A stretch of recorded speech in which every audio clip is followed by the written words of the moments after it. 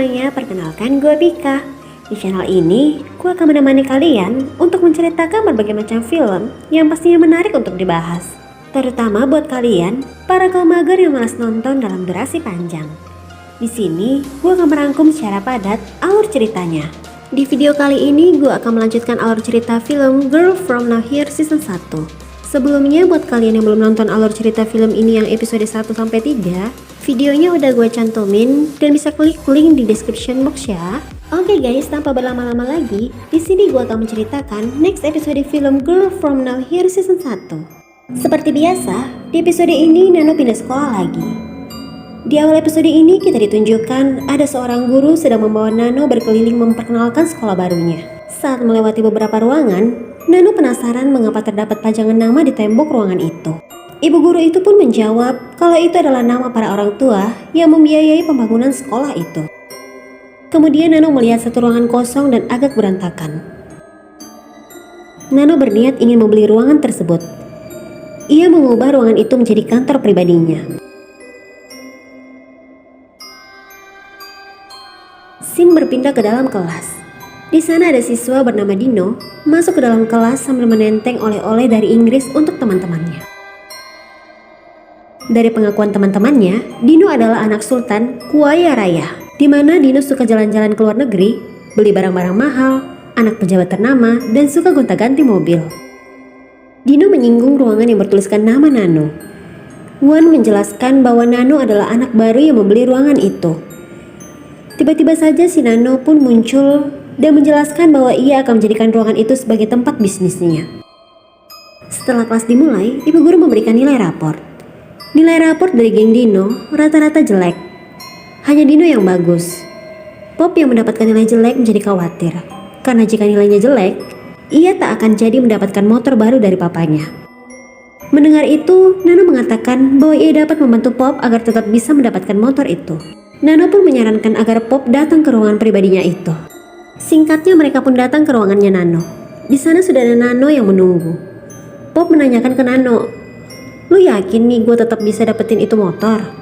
Nano mengiyakan. Namun Pop harus membayar jasa Nano sebesar 1.500 baht. Pop pun setuju dan memberikan uang cash ke Nano. Kemudian Nano meminta raport milik Pop. Di situ Pop terlihat ragu, tapi ia pun memberikannya. Lalu Nano menghancurkan raport milik Pop itu dan memprint sesuatu. Ternyata Nano membuat raport palsu yang nilainya lebih besar dari yang sebelumnya. Dan ajaibnya, ternyata bentukannya sama persis dengan raport yang asli. Melihat itu, gengnya Dino memuji Nano dan bertanya, "Nano, selain ini apalagi yang bisa lu lakuin?" Kemudian Nano pun menjawab, ia bisa melakukan segalanya. Jadi, sejak saat itu banyak murid-murid yang mengantri untuk memakai jasa Nano. Pop mendapatkan motor impiannya. Thor juga meminta Nano untuk menghajar selingkuhan pacarnya. Tap juga meminta Nano untuk mencarikannya pacar bohongan untuk dikenalkan kepada kedua nyokap bokapnya. Di suatu waktu Nano menawarkan jasanya kepada Dino, namun si Dino malah menolaknya. Di situ si Pop langsung nimbrung dan ngomong, "Namanya juga anak Sultan, malah sebaliknya. Kalau lu Nano butuh apa-apa cari aja si Dino." Tak ketinggalan, di situ Wan juga meminta bantuan ke Nano untuk dibuatkan surat palsu mengenai rekreasi sekolah kepada orang tuanya. Padahal dia hanya ingin bolos sekolah. Mendengar itu, geng Dino yang lainnya ingin ikut juga. Mereka berencana akan pergi ke luar negeri. Dino menolaknya karena merasa bosan kalau harus ke luar negeri terus-menerus. Mereka pun saling berdebat karena bingung harus kemana. Mendengar perdebatan itu, akhirnya Nano mengusulkan gimana kalau mereka holiday ke rumah Dino saja. Mendengar usulnya Nano, mereka sangat setuju. Secara, rumah Dino besar dan mereka juga belum pernah ke rumahnya Dino. Dino langsung mengeluarkan banyak alasan, namun akhirnya ia mengiyakan keinginan teman-temannya itu. Sepulang sekolah, Dino masuk ke mobil mewahnya. Saat di dalam mobil, ia menyuruh sopirnya untuk berhenti ke suatu tempat. Anehnya setelah berhenti, sopirnya bilang ongkosnya 540 baht. Ternyata mobil itu bukanlah milik pribadinya, melainkan hanya mobil taksi. Setelah keluar dari mobil itu, ia masuk ke dalam sebuah rumah yang bukan lain adalah rumah keluarganya. Keluarganya adalah keluarga yang sederhana. Kedua orang tuanya berjualan kerupuk. Dino terlihat seperti anak yang berbakti pada orang tuanya. Di sana ia ingin membantu pekerjaan orang tuanya itu. Ayahnya juga bertanya gimana di sekolah. Dino pun menjawab baik.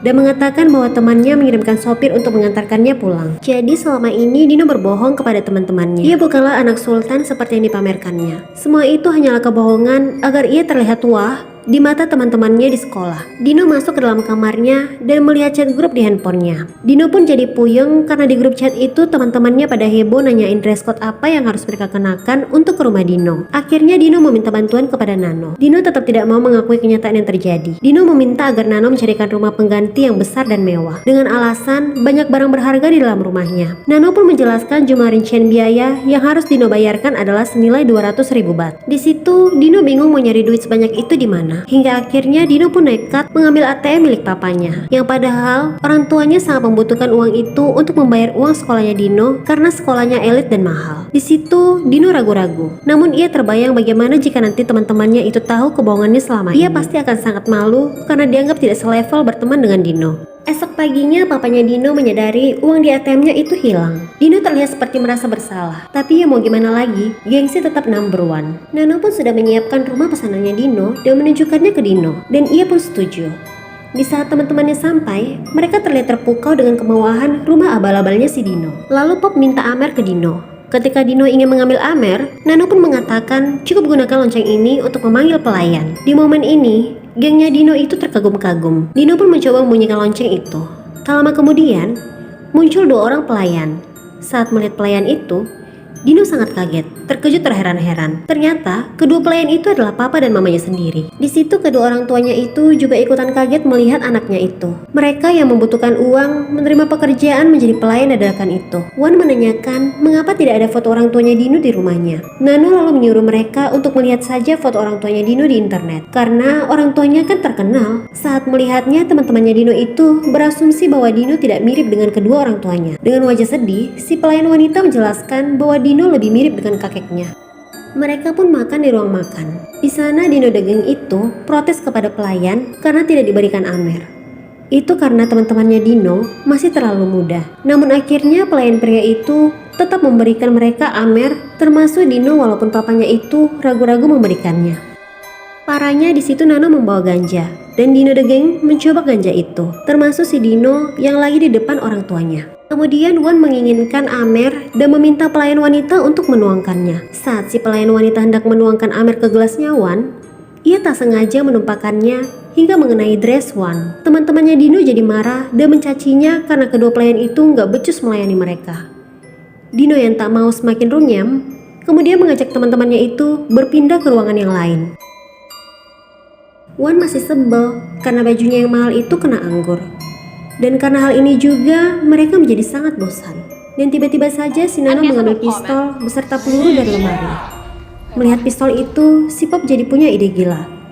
Ia memasukkan peluru dan mengacaknya.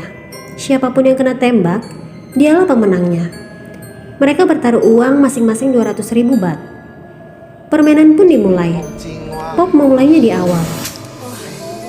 Kemudian Thor, kemudian Tap, kemudian Wan.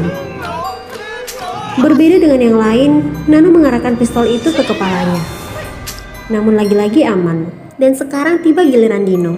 Namun di sini Pop menyuruh Dino untuk mengarahkan pistolnya ke mulut Dino. Saat bersiap-siap, tiba-tiba si pelayan pria datang ke ruangan itu dan langsung menarik pistol itu dari Dino. Si pelayan itu marah dan menasihati mereka dengan emosi. Intinya si pelayan itu ngomel, kok bisa-bisanya mereka sebagai anak melakukan hal konyol begitu. Mereka nggak bisa mikirin orang tuanya, capek-capek kerja banting tulang buat mereka. Belum selesai ngomelin bocah-bocah itu, Pop memukul si pelayan itu menggunakan tongkat golf. Si pelayan wanita yang melihat itu menjadi histeris, lalu mengambil pistol itu dan mengarahkannya ke arah Pop. Pop langsung mengambil pistol itu dari tangan si pelayan wanita dan memukulkannya ke arah pelayan wanita itu. Seketika Dino refleks menahan Pop. Mereka semua menjadi panik dan bingung karena kedua pelayan itu sudah tidak bergerak sama sekali dan juga lantai sudah bersimbah darah. Lalu Nano pun berkata, "Gak sulit kok, ya udah lakuin aja seperti yang biasanya kalian lakukan." Dan Nano pun tertawa.